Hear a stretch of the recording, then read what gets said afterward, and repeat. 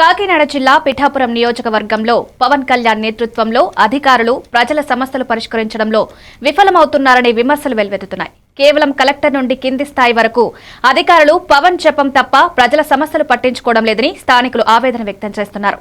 ప్రజా సమస్యల పరిష్కారం కోసం నియోజకవర్గ స్థాయిలో ఏర్పాటు చేసిన పీఏడీఏ కార్యాలయం కూడా ప్రయోజనం చూపడం లేదని, దరఖాస్తులు తీసుకుని గడువు ముగిసిన తర్వాత వాటిని క్లోజ్ చేయడానికే వస్తున్నారని సిపిఐ నాయకులు శాఖ రామకృష్ణ, దళిత బహుజన పార్టీ నాయకులు రాజాల నాగేశ్వరరావు ఆరోపించారు.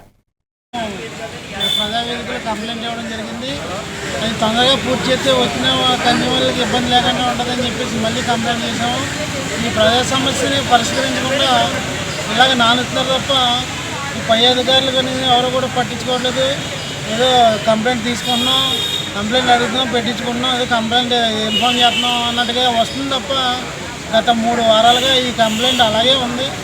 దయించి ఈ అధికారులు పట్టించుకుని తొందరగా ఈ యొక్క సమస్యని పునరావృతం కాకుండా వెంటనే చేయాలనుకుంటే పెద్ద సమస్య కాదు, పెద్ద పనే కాదు, పెద్ద టైం కాదు.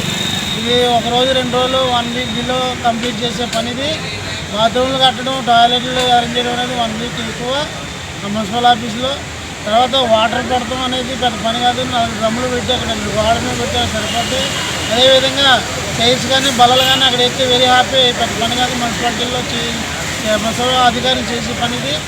అది తొందరగా మీరు ఈ పని పూర్తి చేస్తారని ఆశిస్తున్నామండి. మేము వేరే విధంగా మీరే కక్షపూరితమైన కంప్లైంట్లు గట్ట కాదు.